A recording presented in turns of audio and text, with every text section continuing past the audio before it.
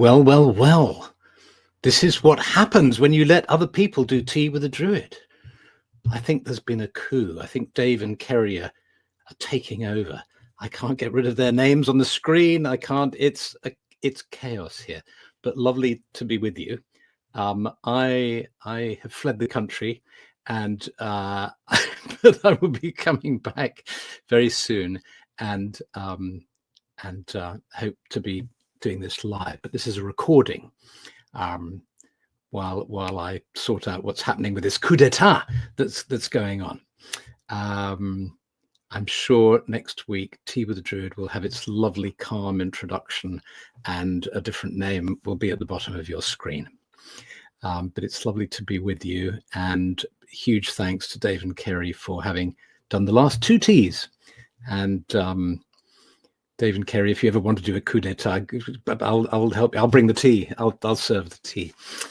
Anyway, today I want to talk about something that nobody really talks about, and so I'd like to just share these thoughts with you. And it goes like this: people say you should meditate.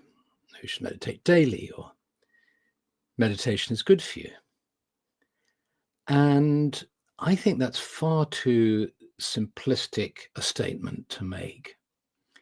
It's rather like saying exercise is good for you. The analogy is pretty clear, actually, pretty direct. You can't really just make a blanket statement. I mean, you can generally say on the whole, exercise is good for you. On the whole, meditation is good for you. On the whole, all sorts of things are good for you. However, if somebody said to you, you should be exercising, your obvious question would be, okay, what kind of exercise? How often? For how long? And all of the answers would depend upon your state of health, your age, and capacities. So, and in certain cases, it may not actually be advisable.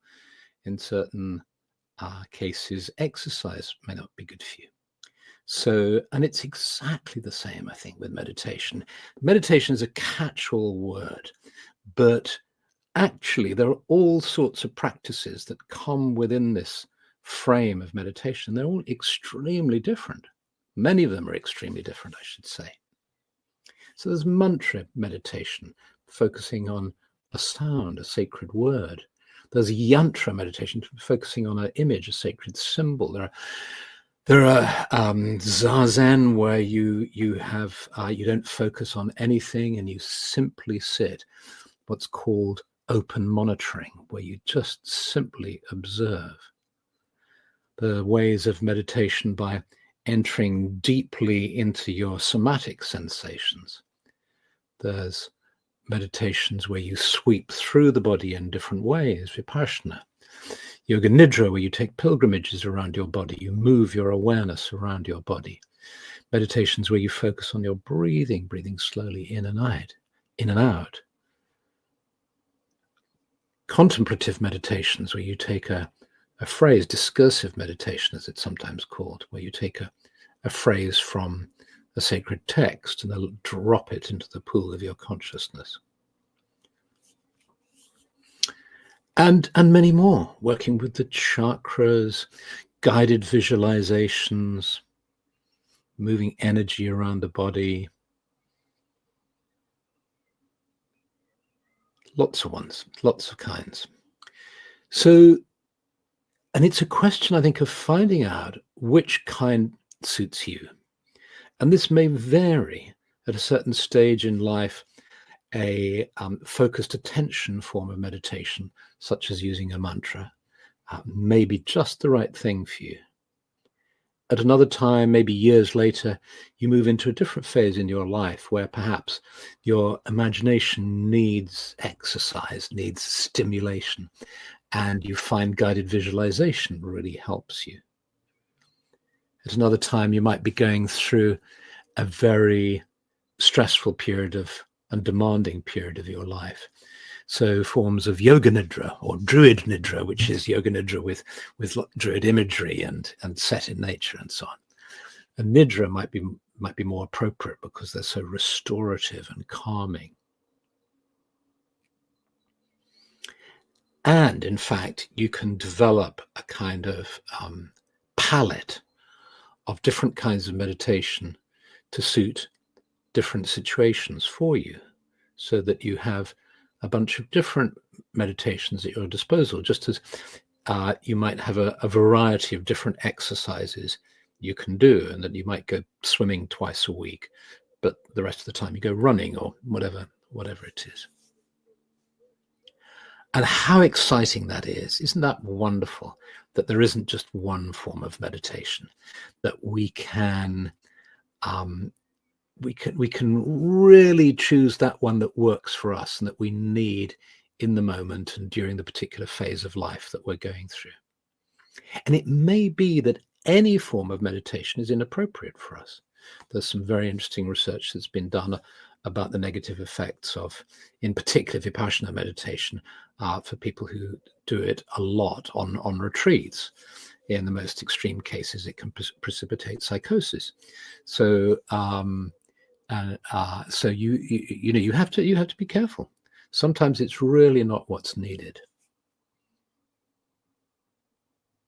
Sometimes physical exercise is what's needed, and techniques to open you to other levels of consciousness really aren't what the soul needs or the person needs at this stage. They need to be kind of grounded and simple, kind of being out in nature practices and connecting with the physical world and physical reality is what is needed at that time.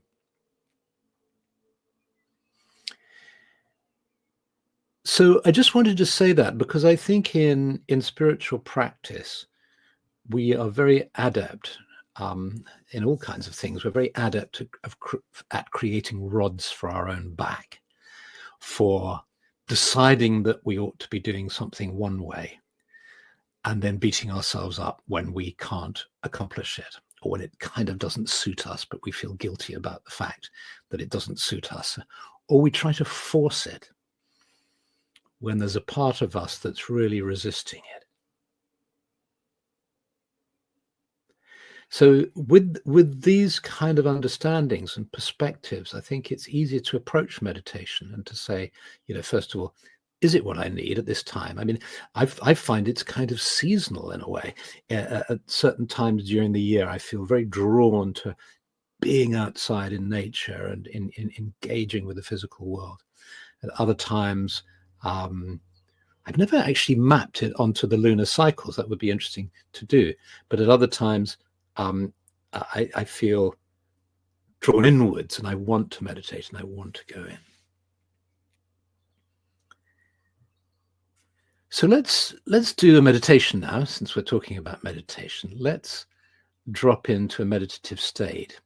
And perhaps the last thing that I'll say about that is I find it quite helpful to even let go of the word meditation, because I don't know whether you've ever found yourself when somebody says, let's meditate now, just a slight tensing up. Oh, I've got to be serious now.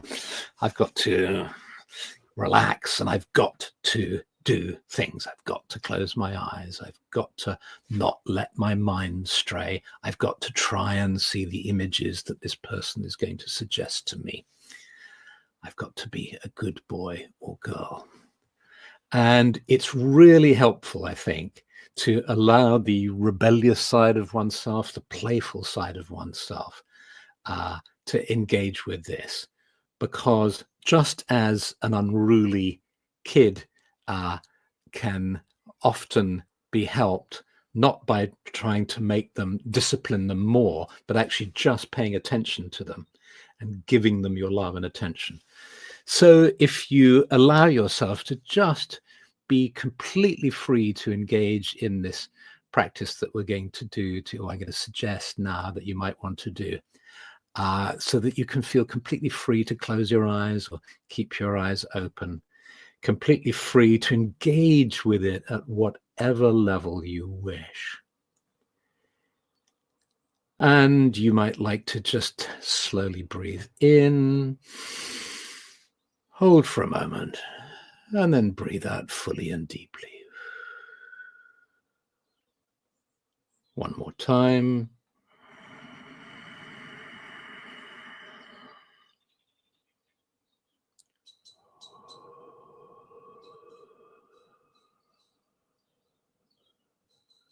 And you might notice how just these simple things like breathing in slowly and deeply, holding for a moment, and breathing out fully and deeply, they just help to start settling you. Just as dropping into the silence sometimes can be quite intimidating or just activating to the monkey mind, but at other times it can help you to drop in deeper when there's some quiet.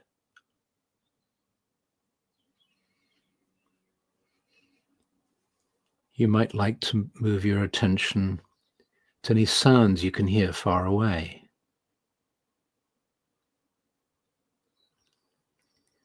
And then allowing whatever sounds you can hear to be present, just move your focus of attention to sounds you might be hearing closer to hand within your own room.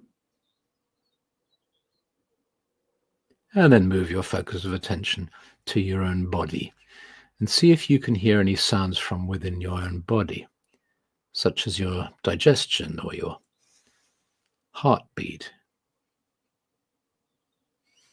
or your breathing.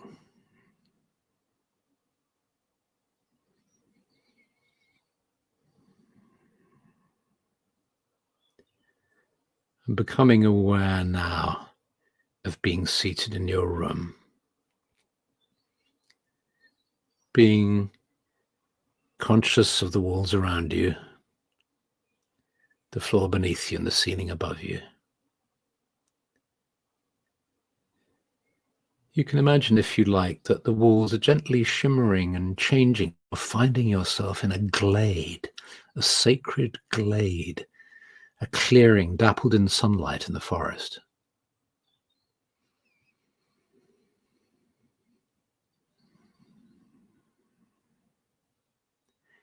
And you may be somebody who sees things really clearly, or you may not really see anything at all when it's suggested to you in a visualization, and you may just sense it or kind of pretend to yourself that you can see it, if you know what I mean. Just act as if, sense as if you can see it, but you can't really evoke any images. It doesn't matter, however it is. Just, if you like, let's just sense that we're in a sacred clearing, gathering around a little fire that's burning in the center, the smell of wood smoke, beautiful tall trees around us.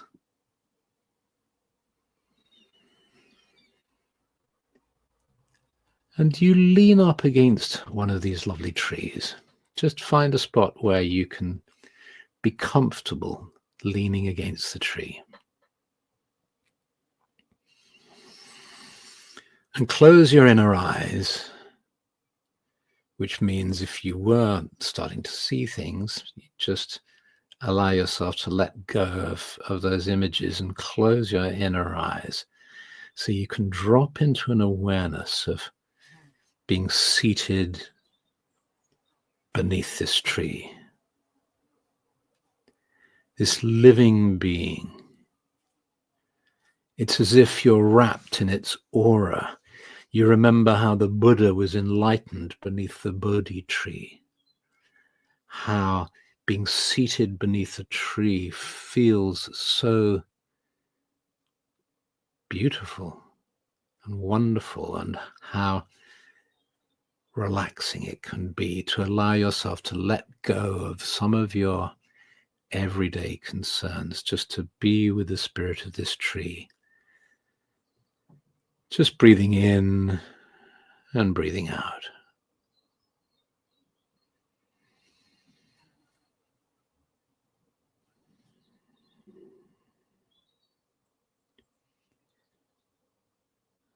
And as you breathe in and breathe out with this tree, you find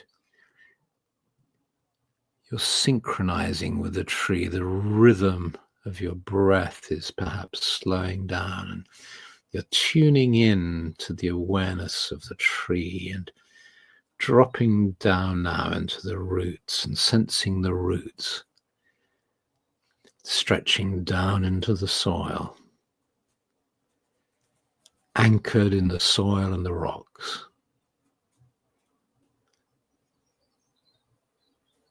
You can sense the moisture, and you can sense the energy of the earth flowing up into you, bringing you a sense of connection, groundedness, rootedness in the earth, feeling rooted in the earth, and connected with the whole community that exists of nature beneath the surface of the earth, where the mycelium connects, the mycorrhizal spores, all of the fungi and the other tree roots, everyone connected, helping each other, feeding each other with essential nutrients, sharing water.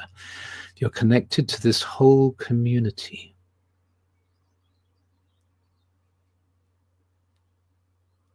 And then just allowing that, just allow your sense to just travel down, just in a very relaxed way, not straining. Imagine your awareness just dropping even deeper down through the layers of the earth,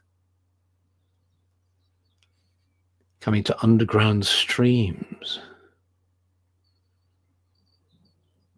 and rocks, and starting to come,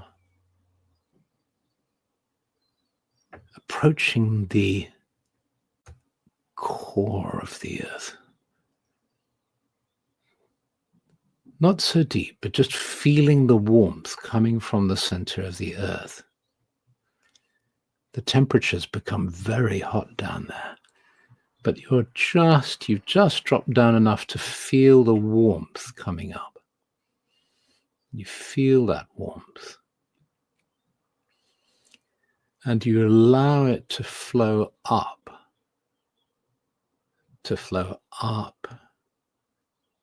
up through the soil and the rocks, up through the roots now, up flowing into you, flowing into your heart.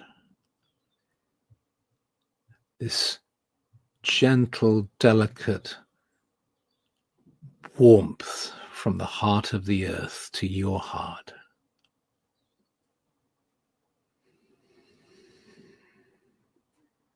And you feel your heart opening and expanding,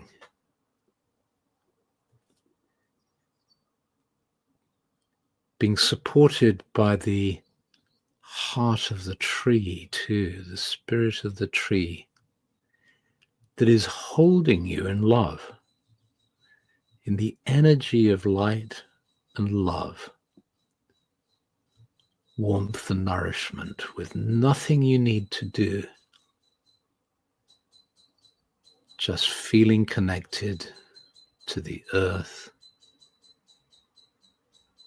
the trunk of the tree,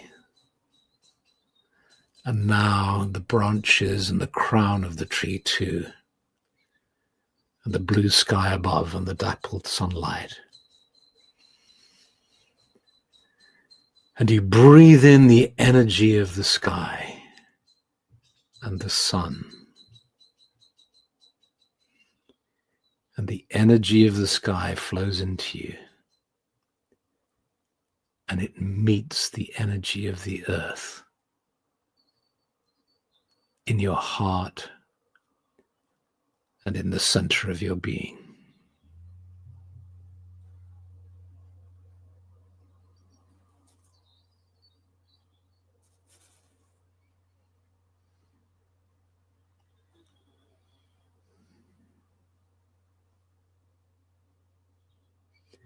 And you allow every cell of your body to be nourished by the energy of sky and earth, of tree and sun, of all of nature around you and within you.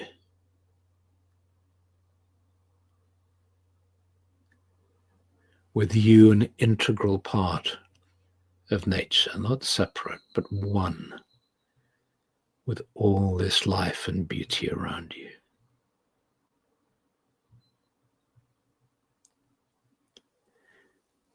And you sense the palms of your hands on the earth now. And you ask that the earth might be blessed.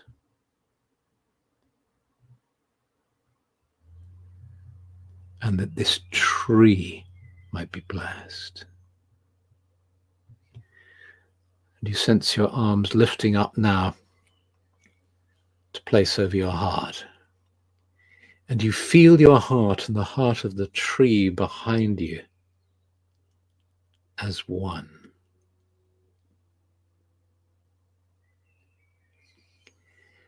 And this tree can open your heart. If you wish, you can allow this tree to open your heart so that love flows more strongly through you.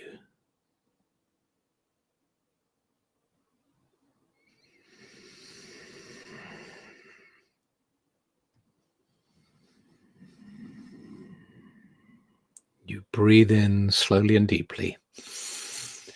Hold for a moment, then breathe out fully and deeply.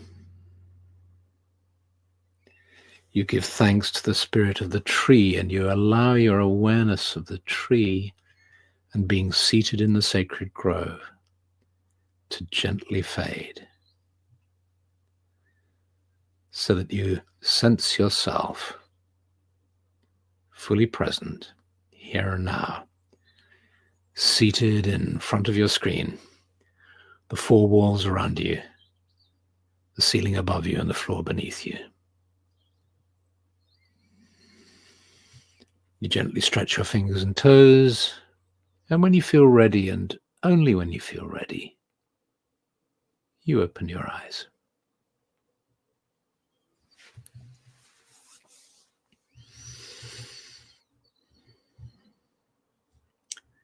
Well, thank you so much. Have a wonderful week, and I'll see you next week. And sending you much love, many blessings. Bye.